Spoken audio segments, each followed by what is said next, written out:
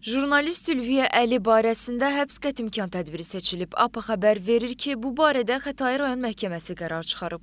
Bugün Xətai rayon məhkəməsində hakim Sülhanə Hacıyevanın sədrliyi ilə keçirilən prosesdə onun barəsində 1 ay 29 gün müddətinə həbs qətimkan tədbiri seçilib. Qeyd edək ki, Ülviyə Əlinin Meydan TV işi ilə əlaqədar saxlanıldığı bildirilir. Ona Cinayət Məcəlləsinin 206.3.2 qaçaqmalçılıq qabaqcadan əlbir olan bir qrup şəxs tərəfindən törədildikdə maddəsi ilə ittiham irəli sürülüb. Xatırladaq ki, ötən ilin dekabr ayında Meydan TV işi üzrə jurnalistlər Aynur Qəmbərova, Elgünəş, Ramin Cəbrayılzadə, Deko, Natiq Cavadlı, Xəyalə Ağayeva, Aytəc Əhmədova tapdıq, saxlanılıb. Onların barəsində həbs qətimkan tədbiri seçilib. Onlara qarşı Cinayət Məcəlləsinin 206.3.2 qaçaqmalçılıq qabaqcadan əlbir olan bir neçə şəxs tərəfindən törədildikdə maddəsi ilə ittiham irəli sürülüb. Bu ilin fevral ayında isə iş üzrə Argument.az saytının baş redaktoru Şəmşad Ağa, daha sonra jurnalist Fatimə Mövlamlı və Nurnal Qəhrəmanlı Libre həbs olunub.